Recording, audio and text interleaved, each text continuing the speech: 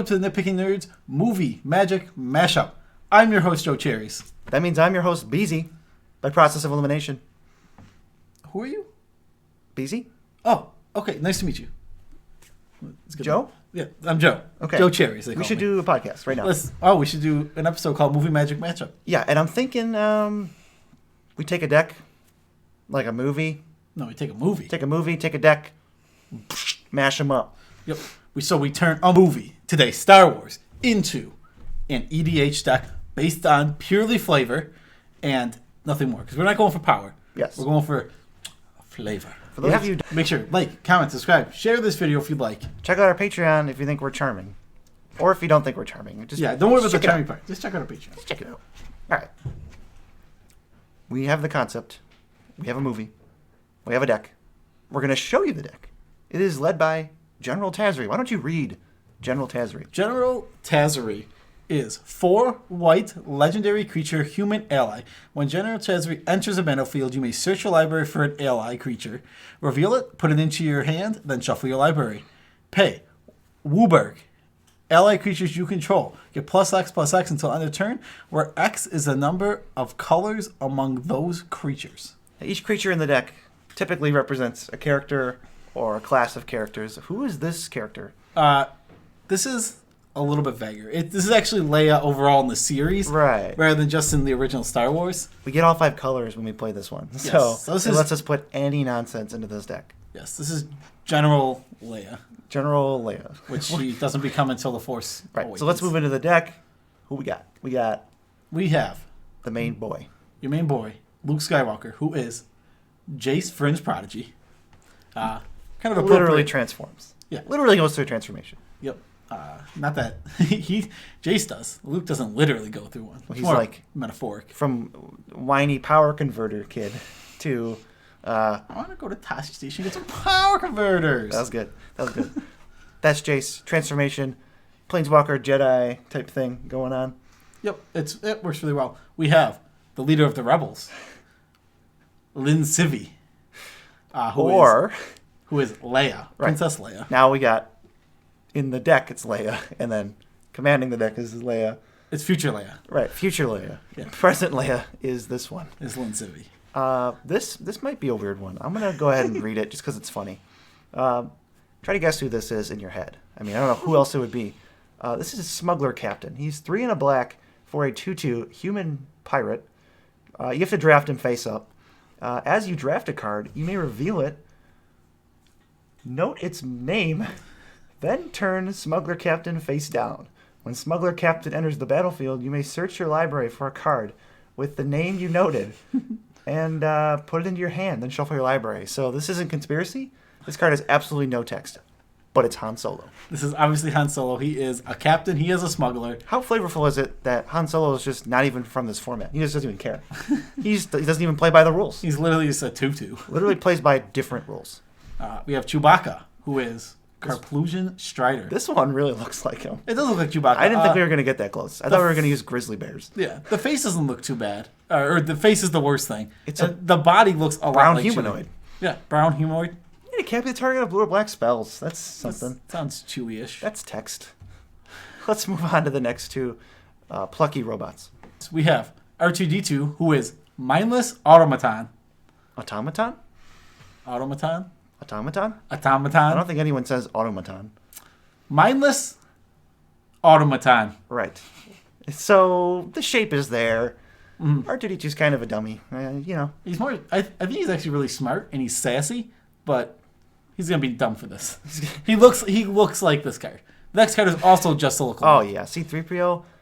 You know him as the bronze bombshell in the movies. That's his nickname. He's the bronze bombshell in the deck. Yeah, he's bronze bombshell. This card looks like C-3PO, other than it's a female robot. C-3PO with implants.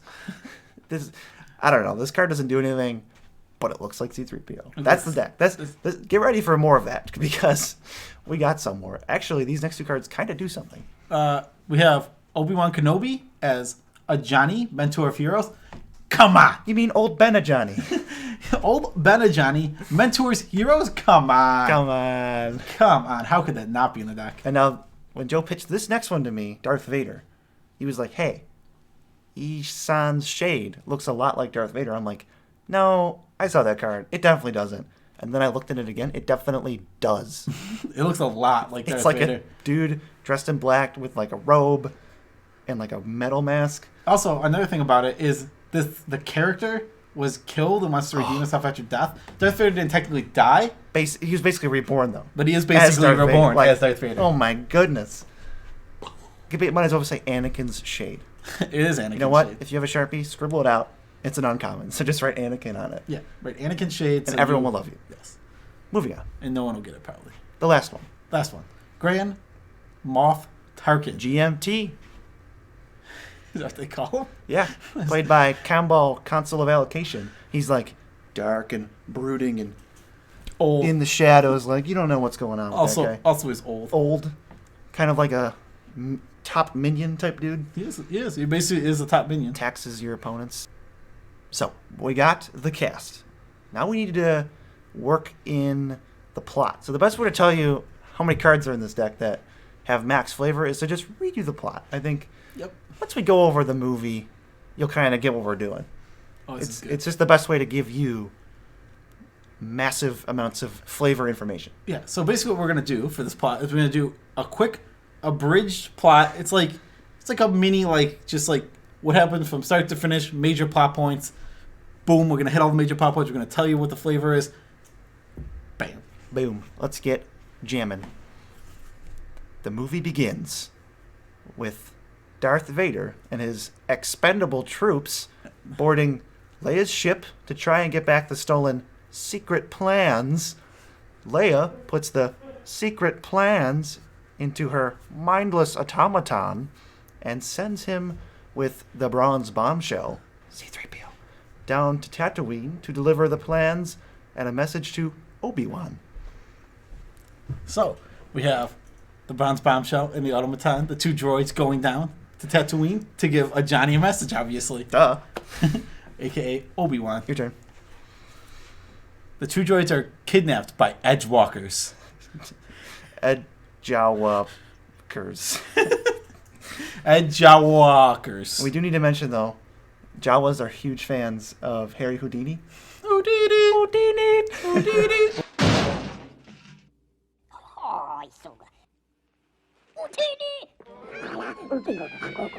The Edgewalkers take them to Luke and Uncle Estevan. Luke finds Leia's message for Obi-Wan. Luke goes to have dinner. Luke tells Uncle Istvan and Wart Boggart Auntie that he wants to leave Tatooine, but they want him to stay and be a diligent farmhand. Luke watches the approach of the second son. The next day, Luke realizes that R2-D2 has run away. Luke and C-3PO go to find him. Before they do, Luke is attacked by the Sand People. An old deranged hermit scares the Sand People away with a blood-curdling scream.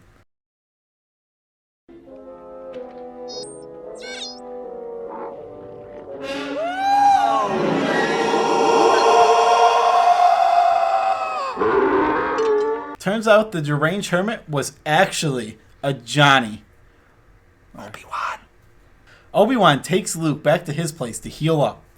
R2-D2 shows the message Leia sent to them. Old Ben Kenobi gives Luke his father's Sword of the Animist, which looks like a lightsaber, and tries to convince him to come to Alderaan with him. Luke says he must remain a diligent farmhand and heads home. When he gets there, he sees that his home has been attacked by the expendable troops. Luke realizes Uncle Istvan and Wart Boggart Auntie must have been dealt 3 damage because they've been skeletonized. Our group of heroes heads to Mos Eisley to find a gear shift ace to take them to Alderaan. They are stopped by royal troopers, but Ben Kenobi uses mind control to get past them. Once they get to the cantina, the greatest song of all time is being played by musicians. Luke goes to the bar and is confronted by 2 aggressive criminals. There's no card for that. They're just aggressive criminals. Obi-Wan quickly and literally disarms them, and they go meet with Smuggler Captain and Carplusian Strider. They strike a deal to be taken to Alderaan in his smuggler's copter. Obi-Wan and Luke leave, and the Smuggler Captain is approached by Bounty Hunter. Han Solo is a gear shift ace, which means he has first strike and allows him to shoot first. He murders the bounty hunter with a kill shot. Smuggler's Captain meets up with Catacomb Slug to tell him he will pay him back after this last mission. All of our heroes meet at the Smuggler's Copter and are met by the expendable troops. Not these guys again. They quickly escape into space.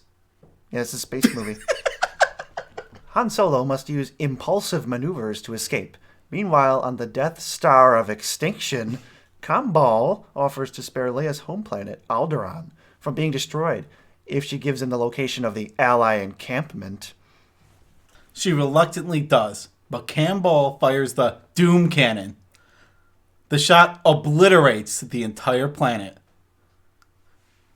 Returning to the Smuggler's Copter now, our heroes approach where Alderaan once was, but instead find an asteroid field. Luke, much like Norin the Wary, says, "I have a bad feeling about this." Our heroes see a chaos moon in the distance. That's no moon. It's a space station. The Smuggler's Copter is pulled into the Death Star of Extinction. Darth Vader's keen sense picks up a present he has not felt since... Luke and Han cleverly impersonate the expendable troops. Obi-Wan goes to turn off the tractor beam, while Han and Luke realize that Leia is imprisoned in this moon. That's no moon. Do you think that picked it? Luke convinces Han that this act of heroism will make him unimaginably rich. You can imagine. I don't know. I can imagine quite a bit. You'll get it. I better. You will. They rescue Leia and escape down the garbage chute. Luke is attacked by a chasm skulker, but they fight it off, and then the walls start to close in on our heroes. Luckily, R2-D2 is able to save them at the last second from this near-death experience.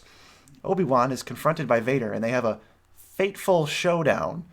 This rivals duel is filled with fast-paced, hard-hitting action.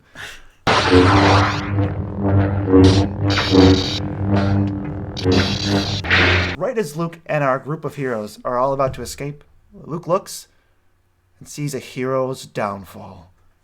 Vader kills Obi-Wan, and instead of dying normally, he becomes unexpectedly absent. Our heroes make a narrow escape. They head to the real ally encampment, and not the abandoned outpost Leia told Tarkin about. Once there, they plan an attack to destroy the Death Star of Extinction. But Han is having none of it, and leaves with Chewbacca. The frontline rebels head into battle. Luke puts himself in a position to destroy the Death Star of Extinction, but Vader is hot on his tail. Han's heroic intervention saves Luke and sends Vader hilariously flying off into space. I'll try spinning, that's a good trick. Luke is told by the presence of his master to use the Force. So Luke uses Force of Will to make the shot that destroys the Death Star of Extinction. Han and Luke are rewarded with Sigils of Valor. Chewbacca does not get one. The end. The end. I almost all lived happily ever after. I love that Chewbacca just doesn't get... He's not a He person. just doesn't get a Sigil of Valor for, like, no reason. Well, in a world where aliens exist and creatures can take any form, nah. Yeah, why would... Nah. It's literally just, like, racist. He's a Wookiee. He's a Wookiee. Why would he get... He's literally does pretty much the exact same thing as Han Solo. Right, we did not put Invoke Prejudice in this deck, though. We didn't think that was a big plot point. And also other reasons. There's a lot of reasons that card's not in this deck. At least two. All right. Why don't you go down some unmentioned but cool flavor cards that didn't make it into the terrible abridged plot version? My favorite of these, Vindicate, has a TIE fighter on it. Not really, but, like, it does. It does. Death's Grasp is the Force Choke. That's a really good one. Thieves' Auction is the Jawas selling the droids. Houdini. Underhanded Designs refers to who the heck built the Death Star. Yeah, I mean that is answered. It is actually an underhanded design. Underhanded Designs. It's like, who did that? Oh, it was underhanded. And the other lightsaber that we didn't mention is sort of fire and ice. But the Expedition Masterpiece version. Yeah, it looks like It looks like a it lightsaber. kind of looks like a dual. Kind of looks lightsaber. like a lightsaber. Use your imagination. Come on. Use it. All right. So, if you were to build this deck, which you could certainly do, they're all legal, even Smuggler Captain. Now, if you built this deck, I would strongly suggest this deck is very cheap, but I would make one strong suggestion of putting way more money into it to have the cards look like the characters. Oh, yeah. Otherwise, you're gonna be like, why am I playing this 2/2 for 4? Well, oh, you mean like get it altered? Yeah, get it. That would be cool. Get it altered to have like it'll say Smuggler's Captain in a picture of Han Solo, so we don't even like. That'd You be can cool. even do a full art, so it'll just cover up the garbage text Yeah, on it. just cut Blackcleave Cliffs from this deck, and then that'll be the budget to alter every card. Because Blackcleave Cliffs is in this deck. All right, how can we actually win with this terrible deck? We have Mindslaver. We have Approach of the Second Sun, as we mentioned. Death Grasp has X, so like maybe we can kill somebody. But my favorite way to win, you combine the Jedi and the Sith together, and you cast Obliterate and hold priority. And in response, you cast Heroic Intervention. Now, the thing I like about this, if we turn this into a flavor thing, Yes. it is kind of it's sort of what happens. Right as the Death Star's about to fire, Luke blows it up because of heroic intervention from Han Solo. Right. But this is like the Jedi or the good guys, they're just fine blowing up like 3 other planets as long as they're okay. Yeah, like he got off 3 shots, and then you heroically saved the 4th planet. Yeah, or you're all on the same planet, and then there's just like this little section of the planet that's fine. Either way, you're absolutely winning that game. So flavorful. And it's like 1,000 mana, but you can do it. What about our board wipes? Board wipes, we got the Death Star of Extinction. Death Star is a sorcery, that's right, deal with it. And Thieves Auction, which is basically a board wipe. You get to take the best stuff, and then nobody who controlled the best stuff will have to use it, and it's confusing. Yeah, You'll confuse them to death. they They might even just quit. Same with Obliterate. You might just people just quit. Lot of- Then that's basically a win. If you can get everybody to quit, you've won the game. That's true. If everyone concedes, you are the winner. Okay, there's actually like decent 1-for-1 removal, Mm-hmm. right? We got Vindicate, we got Mind Control, Hero's Downfall, Imprisoned in the That's No Moon. There's like other stuff too. Like there's pacifisms and whatever. There's murder. Straight up, Han Solo. Thanks for that murder to put in the deck. Yeah, Han Solo straight up murders Greedo by shooting first. Controversial. So it shouldn't be controversial because he shot first in the original. They edited it to make it so he didn't shoot first. Right. Because that's what George Lucas wanted. But it's silly because his character, like, they make it like he's this perfect guy he would never shoot somebody first. Yeah. No, he's honorable. He's honorable, but he's constantly smuggling nonstop. Right. But And he kills a lot of people. They're bad guys, but he kills them. He shot first. This deck hardly has any ramp in it. There's like Solemn Simulacrum, Diligent Farmhand. There's like no mana rocks. So we have Edgewalker, General Tazri, and Lin Civi. Don't worry, there's literally 0 allies, rebels, or clerics in this deck, so they just don't do anything. Yeah. We couldn't find any that were like cool. And we didn't want to put a rebel in just because it was a rebel. Yeah, I mean, if you want to try and build a better deck, you could Probably include some of these. like one of the things I would do is I'd probably just play like my creature base would be mostly rebels. Like it makes sense flavor wise in a way. We want more cards that are more the plot points that really. Yeah, we kind of made the movie happen in this deck. Yeah, exactly. You could take like, this is my Jedi deck and have a bunch of rebels in it. Yeah, it wouldn't be a Jedi deck, but be a rebel deck. Just saying. I think you know what I mean. Okay, He's a huge Star Wars fan. I really am. Deck's average mana cost ended up being like 3.53. Mm-hmm. It was, Not that bad, just a little clunky. A little bit. I've seen worse. Yeah, some of the things just don't do anything in this deck, but it's okay. This deck's cool. It's fun. We had a lot of fun making it. Oh yeah. I love going down the plot. We had to cut like 85 times because we were laughing so hard. Oh, I can't even imagine how much extra footage there is at this point. But after I added it, it's got to be. I would say there's probably at least 3 hours. There's at least 5 Minutes. 5 minutes of like stuff to cut of us laughing. There was sure, yeah. So much. So if you couldn't stop laughing for 3 hours along with us, 3 why don't you hours. hit the like, subscribe buttons, maybe? And you can also go on down to Patreon. Check us out there because we're starting to get a following, so we're starting to be able to give away some cool stuff. Get in on the ground floor. Maybe you'll get extra stuff. Special thanks to our 3 patrons. Dustin, Saint, Wright. Oh, that's just one person. Okay.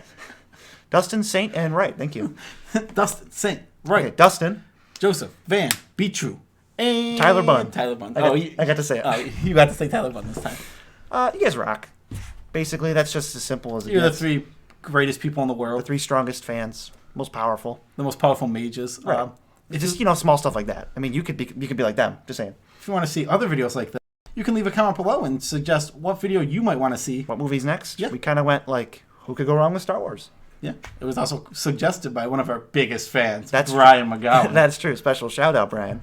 Wink. Okay, that is this video. So we're going to send it off and, maybe throw it back to ourselves if you're watching another video after this one. Yeah. There'll be links in the when it comes on. It goes do do do do. I don't know. What? How does talking about? How does the music go at the end? Oh, why don't we Hit it. hit it?